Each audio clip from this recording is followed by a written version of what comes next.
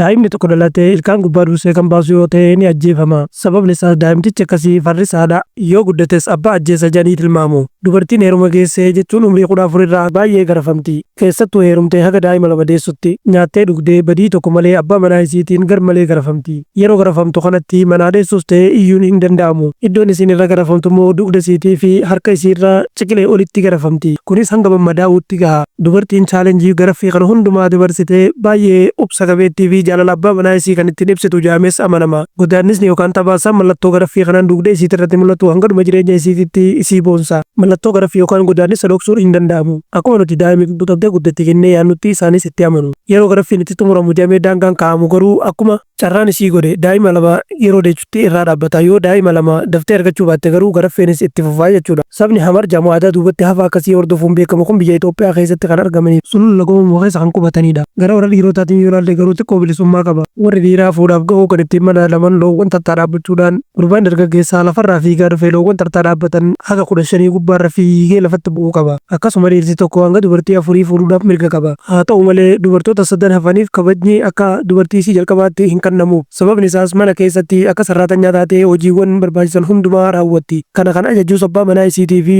dubartii inni jalqaba fuudheedha. Gara seera amantaa isaanii kan ilaallu yoo ta'e akka Hamaroonni amananitti rabbiin keenya qofa yookaan immoo waaqa keenya nu qofaatu qaba malee uummanni addunyaa kan nu waliin qabu hin jiru jaaris amanu. Kun mata duree qofa warri yuutuubii qabdan appii yuutuubii keessatti tuquudhaan chaayinal yuutuubii kiyya Seenaatectv jechuun sarchi godhadhaa chaayinal subscribe godhuu viidiyoo laayik godhuun tajaajila isin jecha horaa bulaa.